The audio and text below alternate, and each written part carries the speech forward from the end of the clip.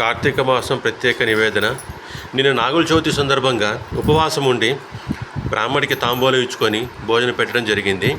దాంతో తోటకూర పప్పు, అక్టోబర్లో కూడా మామిడికాయలు వస్తున్నాయి, దాంతో ముక్క పచ్చడి చేయడం జరిగింది. చూడండి ఎంత అద్భుతంగా ఉందో.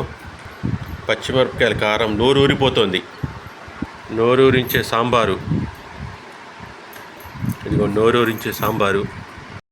బంగాళదుంప వేపుడు అంటే ఆలుగడ్డ వేపుడులో చూసుకోకుండా మెంతిపొడి వేయటం జరిగింది. కానీ అయినా కానీ ఇది ఒక విచిత్రమైన రుచిగా ఉంది. కొంచెం చేదుగా ఉన్నప్పటి మటుకు బంగాళదుంప వేపుడులో మెంతిపొడి వేసిన విచిత్రమైన రుచి ఉంది, చాలా బాగుంది.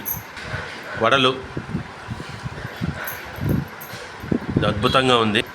అన్న పాయసం చూసారుగా. మన హిందూ ధర్మంలో ఉన్నటువంటి గొప్పతనం ఇదే. ప్రతి పండగకి ఒక విశిష్టత ఉంటుంది. ప్రతి ఒక్క హిందువు వాళ్ళ శక్తి అనుసారము ఏదో ఒక విధంగా ప్రతి పండగని వదలకుండా చేసుకుంటూ ఉంటారు. అదే హిందూ ధర్మంలో గొప్పతనం.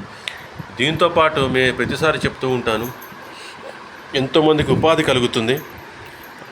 అటు పూలు అమ్ముకునే వాళ్ళకైనా కానీ, అమ్మే వాళ్ళకైనా కానీ, పూజా సామాగ్రి అమ్మే వాళ్ళకైనా కానీ, బ్రహ్మలకు కానీ, వంట వాళ్ళకి కానీ, ఇట్లా ఒకరికి కాదు, ప్రేక్షకంగా పరోక్షకంగా ప్రతి ఒక్క పండక్కి ప్రతి ఒక్కరికి ఏదో ఒక జీవనోపాధి ఏర్పాటు చేస్తుంది.